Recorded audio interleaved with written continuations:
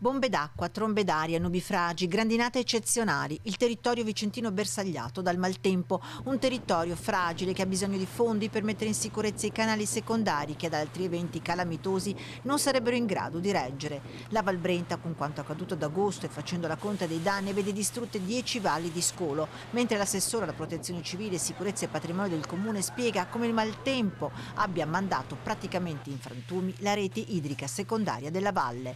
È più che mai urgente intervenire prima della stagione fredda, servono controlli sulle protezioni per bloccare le possibili frane. Fenomeni atmosferici che hanno provocato allagamenti, frane e smottamenti, lasciando molte strade bloccate dai detriti. A prova di tale fragilità anche l'ultimo violento acquazzone che ha colpito la frazione di San Nazario, dove una frana di grosse dimensioni si è abbattuta sulla rete di sicurezza messe proprio per contenere la caduta di massi a poche decine di metri dalla ferrovia e dalla statale 47. Reti che fortunatamente hanno retto, ma chissà ancora per quanto. Intanto l'ANAS sta eseguendo nuovi sopralluoghi per capire come rimuovere i massi e individuare eventuali nuove fragilità.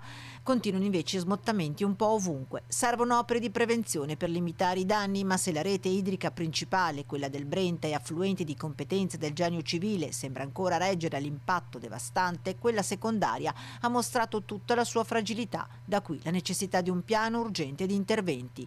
Se la situazione resta così com'è e ci saranno altri eventi estremi, sarà impossibile prevederne conseguenze e portata.